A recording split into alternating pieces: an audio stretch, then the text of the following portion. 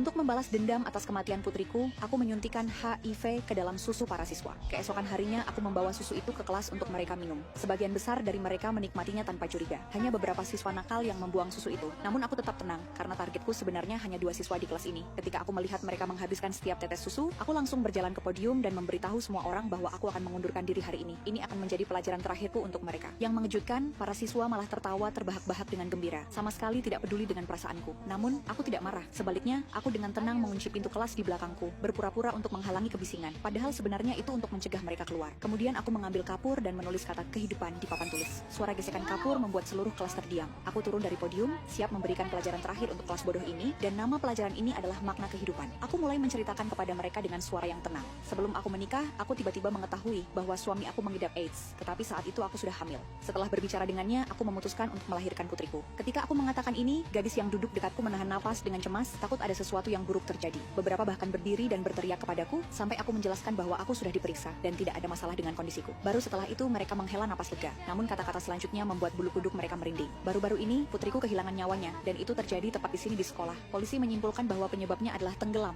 Namun jauh di dalam hatiku, aku tahu bahwa pelakunya ada di kelas ini, dan mereka bekerja sama. Aku tidak berniat untuk mengungkapkan nama mereka. Jadi mari kita sebut saja mereka A dan B. Tak lama sebelum tragedi itu, A telah mempermainkanku dengan kejam.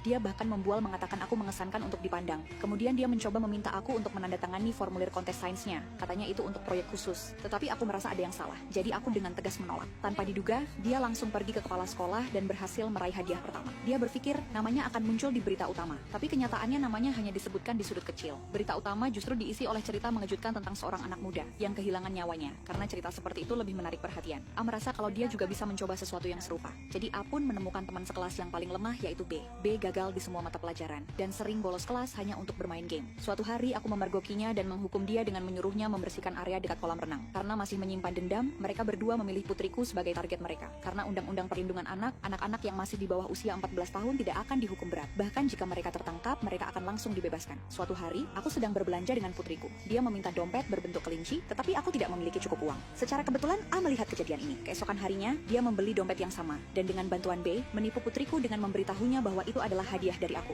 Begitu dia menyentuh dompet itu, tiba-tiba dia terkejut oleh alat tersembunyi di dalam dompet itu. Setelah itu, A dengan santai pergi begitu saja, meninggalkan B yang gemetar dan ketakutan. Dia berpikir putriku mungkin benar-benar sudah tiada. Karena takut polisi akan menemukannya, dia membuat keputusan bodoh. Dia membawanya ke kolam renang dan melemparnya agar terlihat seperti tenggelam. Tetapi dia lupa mengambil dompet itu dan alat di dalamnya mengungkapkan semuanya. Ini adalah pelajaran terakhirku untuk kalian semua dan pengakuan terakhirku. Aku pikir semuanya akan berakhir di sini, tetapi sebenarnya ini baru awal